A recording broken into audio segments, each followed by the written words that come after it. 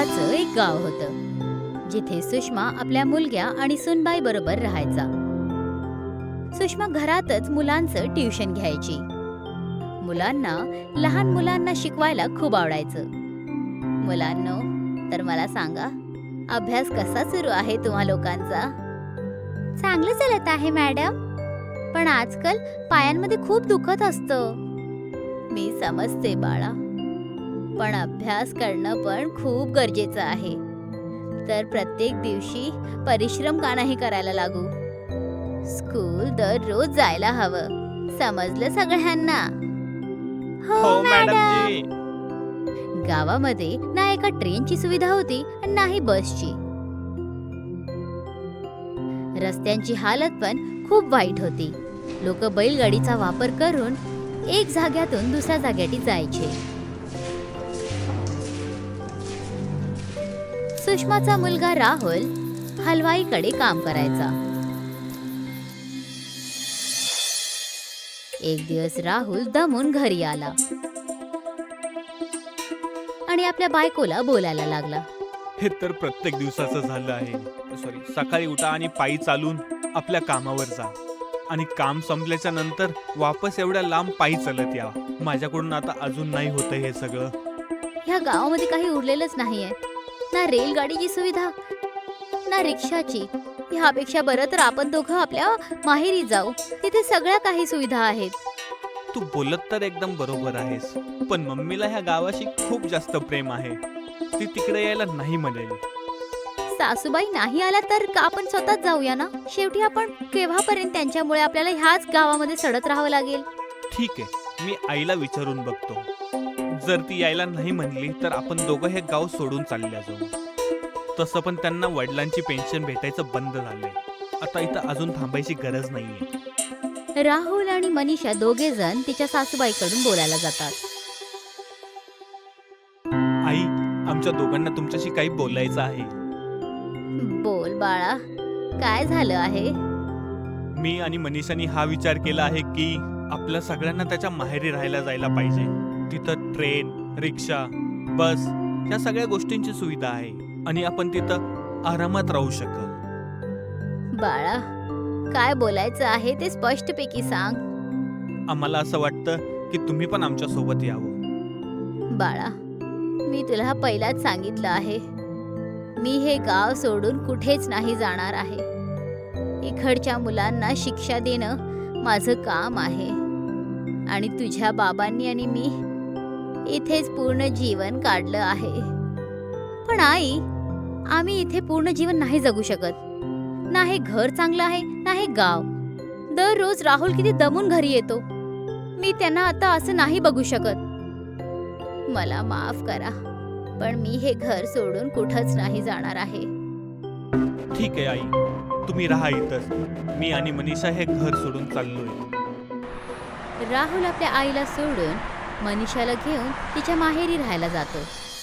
सुषमा उदास होऊन आपल्या घराच्या बाहेर मोठ्याच्या झाडाच्या खाली जाऊन बसते आणि रडायला लागते.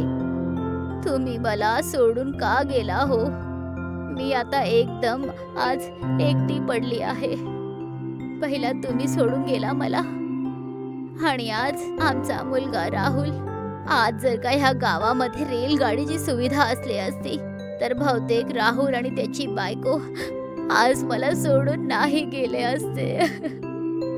सुषमा आपल्या नवऱ्या आणि मुलांना आठवण करून त्या झाडाच्या खाली रडत होती की तेव्हा अचानक आसमानामध्ये एक जादूगरणी आपल्या झाडूवर उडताना त्या झाडाच्या वरून निघत होती. वाह, आज तर आकाश खूप जास्त स्वच्छ आहे. अशा आकाशात उडण्याचा आनंदच काही वेगळा आहे. तेव्हा जादूगरणीला सुषमाच्या रडण्याचा आवाज येतो. अरे, इतक्या चांगल्या मौसम मध्ये हे रडण्याचा आवाज कोणाचा आहे? जादूगरणी सुषमाला रडताना बघून तिच्या जवळ जाते. काय झालं आजी, तुम्ही रडत का आहात? मला सांगा, बहुतेक मी तुमची काही मदत करू शकेन. हो, तुम्ही कोण आहात? मी एक चांगली जादूगरणी आहे, जादुईपूर मधून. तुम्ही सांगा आई, तुम्ही रडत का आहात? गावामध्ये चांगली सुविधा नसल्यामुळे आज माझा मुलगा राहुल आपल्या बायकोच्या माहेरी राहायला गेला आहे. पण ह्या गावामध्ये रेलगाडीची सुविधा असली असती तर आज बहुतेक मला माझा मुलगा सोडून नाही गेला असता. आणि गावाची मुलं पण स्कूल वेळेवर पोचले असते, कुठल्याच प्रकारचा त्रास न सहन करता. हे घ्या, ह्या डब्यामध्ये जादुईपूरच्या मातीने बनलेली चिकनी माती आहे, जिथे शहरमध्ये क्ले पण बनलं जातं. हा काही असला तसला क्ले नाहीये. ह्याने तुम्ही जे पण बनवाल ते खरोखरच आपला आकार घेऊन एकदम तसंच काम करेल, जसं एका चांगले आणि खरी वस्तू काम करते. पण लक्षात ठेवा, जर काय हे चुकीच्या हातात पडला तर त्या माणसाचा हाल वाईट पण होऊ शकतो. जादूगरणीजी, तुमचा खूप खूप आभार. एका म्हाताऱ्या बाईची मदत करण्यासाठी खूप आभार. त्यात काय एवढं मोठं, हा तर माझा फर्ज होता आई. एवढं बोलून जादूगरणी आपल्या रस्त्यावर निघून जाते आणि सुषमा त्या क्लेच्या डब्याला घरी घेऊन येते. दुसऱ्या दिवस उठून ती त्या झाडाच्या खाली जाऊन त्या क्ले कडून एक छोटी ट्रेन बनवते. जसंच ती ट्रेन पूर्ण होते, ती ट्रेन आपल्या आकारामध्ये मोठी होऊन जाते आणि सगळ्या गाववाले लोक तिथे येऊन त्या ट्रेनला बघत राहतात आणि प्रधान पण तिथे पोहोचतो. ही ट्रेन तर खूपच वेगळी दिसत आहे, पण ही चलती पण का नाही? तुम्ही स्वतः ह्याच्यामध्ये बसून बघा प्रधानजी. गाववाले ट्रेन मध्ये बसतात आणि ट्रेन चालायला लागते. असं बघून सगळेजण सुषमाची तारीफ करायला लागतात आणि पूर्ण गावामध्ये ह्या ट्रेनला म्हातारीची जादुई रेलगाडीच्या नावाने जाणायला लागले.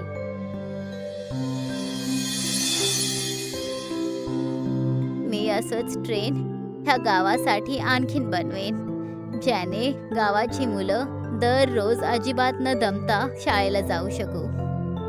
सुषमा असंच खूप सगळ्या ट्रेना बनवते आणि गावामध्ये ही ट्रेन पूर्ण प्रकाराने लोकांसाठी फुकट असते. या जादुई ट्रेनच्यामुळे गावाची प्रगती खूप जोरात व्हायला लागली होती आणि ही गोष्ट मनीषाच्या माहेरीपर्यंत पोहोचते. हो, ऐकता काय? मी तर ऐकले की तिथे हिम्मतपूरमध्ये आईने एक जादुई रेलगाडी बनवली आहे, ज्यामुळे गाव खूप मोठ्या प्रमाणाने तरक्की करत आहे. ऐकलं तर मी पण आहे भाग्यवान, आणि ऐकलं तर हे पण आहे की सगळ्या रेल्वे गाडीची सुविधा आईनं एकदम फ्री मध्ये ठेवली आहे. आजीला हवं असतं तर ती खूप पैसे कमावले असते, पण तिने ही रेलगाडी फुकट का केली आहे? असं वाटत आहे आपल्याला गावी जायचा वेळ आली आहे. राहुल आणि मनीषा दोघे जण आपल्या गावी हिम्मतपूरला परत जातात. राहुल आपल्या आईला भेटतो आणि बोलतो, कशी आहे साई? मी ठीक आहे बाळा. तू आणि मनीषा कसे आहात? आम्ही पण ठीक आहोत आई. आम्ही ऐकले की तुम्ही या गावामध्ये जादुई रेलगाडीची सुरुवात केली आहे, आणि ते पण फुकट मध्ये. हो बाळा, ही रेलगाडी फुकट आहे. ह्याचमुळे आज मुलं स्कूल जात आहेत आणि गावाची तरीका पण खूप जोरदारात चालू आहे. त्या गावाचा ठेका थोडी घेतलाय आई. तुम्ही निश्चिंत राहा, आता मी आलोय ना, आता सगळ्या गोष्टी मी सांभाळेन. दुसऱ्या दिवशी राहुल सकाळी उठतो आणि रेलगाडी जवळ जातो आणि सगळ्यांना बोलायला लागतो. आजपासून या रेल्वे गाडीचा वापर करण्यासाठी तुम्हा सगळ्यांना तिकीट घ्यावं लागेल. जो तिकीट नाही घेणार तो ट्रेन मध्ये नाही बसू शकणार. त्याच वेळेस गावाचा प्रधान तिथे पोहोचतो. पण राहुल, ह्या गावाचा हाल तर तुला माहीतच आहे. ह्याच कारणामुळे तुझ्या आईनं ह्या ट्रेनच्या सुविधेला फ्री केलं होतं. हो हो, मला माहिती आहे, पण मी आता आलोय ना. जर ह्या रेल्वेमध्ये बसायचं असेल तर तिकीट घ्यावंच लागेल. आणि दुसरी गोष्ट ही प्रधानजी, आम्ही लोकांनी ह्या गावाचा ठेका नाही घेतलाय, जे की फ्री मध्ये रेल्वे गाडीचा प्रवास करू देऊ. सगळ्या गावाची लोक तिकीट घेऊन ट्रेन मध्ये सफर करायला लागतात. आणि एक दिवस मनीषा राहुलला बोलते, आता तर आपण खूप श्रीमंत झालो आहोत, पण आपलं घर अजून पण छोटच आहे. आणि मला माहित आहे की आईने ही जादुई रेलगाडी कशी बनवलेली आहे. तिच्या खोलीमध्ये एक डबा ठेवलेला आहे, ज्यामध्ये क्ले आहे, आणि तो क्ले मायावी आहे. त्या क्लेतून तू काय पण बनवलास तर ती खरोखरची बनून जाईल. जर असं असेल तर त्या क्ले पासून आपल्याला एक बंगला बनवायला पाहिजे आणि त्याच बंगल्यात राहायला पाहिजे. हो, तेच तर मी विचार करत होते. आज जसंच आजी झोपायला जातील तेव्हा मी त्या डब्यातून थोडासा क्ले घेऊन येईल. जसंच रात्र होते तसंच मनीषा सुषमाच्या खोलीमध्ये जाऊन त्या डब्यातून थोडासा क्ले घेऊन येते आणि दुसऱ्या दिवशी सकाळी राहुल आणि मनीषा एका खुल्या मैदानात जातात आणि तिथे राहुल क्लेने एक मोठा बंगला बनवतो, पण बंगल्यामध्ये दरवाजा बनवायचा विसरतो आणि तसंच क्लेवाला बंगला खरोखरच्या बंगल्यामध्ये परिवर्तित होतो आणि दोघे जण त्या बंगल्यामध्ये कैद होतात. अरे, हा बंगला किती मोठा आणि चांगला आहे. पण मनीषा, आपण ह्या बंगल्याच्या बाहेर निघणार कसं? पण मला कोणता दरवाजा नाही दिसत आहे आणि मी दरवाजा बनवणं विसरलो होतो. जादू से, जर असं आहे तर आपण बाहेर कसं निघायचं?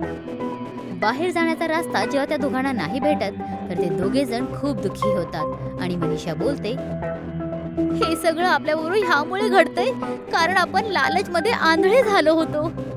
तू बरोबर बोलत आहेस भाग्यवान. मी जे गाववाल्यांसोबत केलं त्याची सजा भेटत आहे मला. त्याच वेळेस सुषमा बंगल्याच्या बाहेर येते. क्ले काढून एक दरवाजा बनवते आणि बंगल्यावर लावते आणि आत जाते. आणि जेव्हा राहुल आणि मनीषा सुषमाला बघतात तर त्यांच्या डोळ्यातून अश्रू बाहेर येतात. माफ कर आई, मी लालचीमध्ये आंधळा झालो होतो. हो आई, आम्हाला माफ कर. आम्ही जे काही केलं आज आम्हाला त्याची सजा भेटली आहे. काही हरकत नाही बाळा, तुम्हाला तुमच्या करलेल्यावर पछतावा आहे. मला ह्याची खूप प्रसन्नता होत आहे. मला तर फक्त ह्याच गोष्टीची खुशी आहे. धन्यवाद आई, तुमच्यासारखं दुसरं कोणीच नाहीये. मी आजपासूनच रेल्वे गाडीचे तिकीट विकणं बंद करल आणि नेहमी तुमच्या सोबत राहील.